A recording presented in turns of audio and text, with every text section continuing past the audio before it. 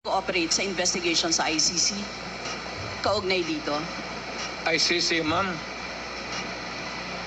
I'm asking the ICC to hurry up,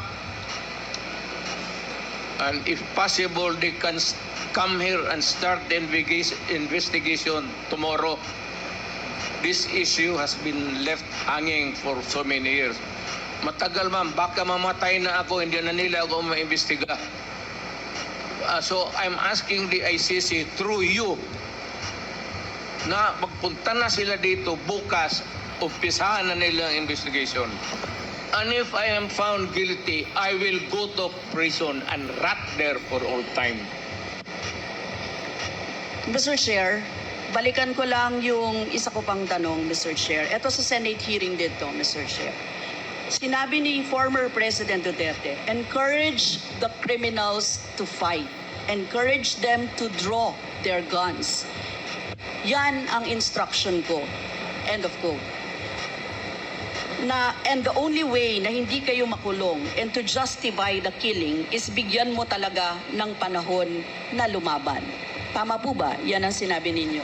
Yes, because that would be justified kung lumaban. Yan, kasunod pa lang po yung question ko. Ang question ko po ay bakit nyo ini-encourage yung kriminal na lumaban?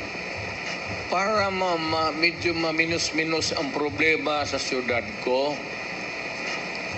Kung may kriminal dito na 50, kung mapatay ninyo yung 30, di 20 na lang, hindi na masyado problema dyan sa akin.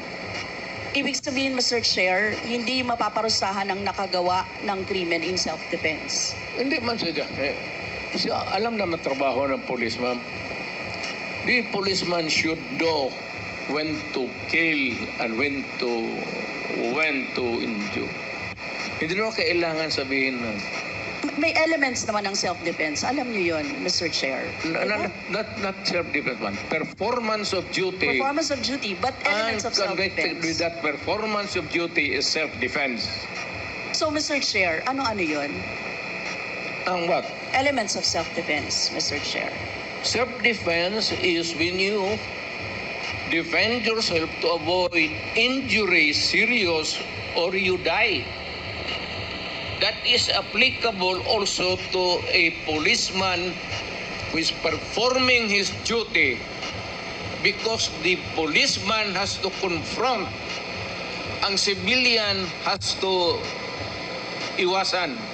But a policeman, a law officer, if you are a law officer, you have to confront the criminal.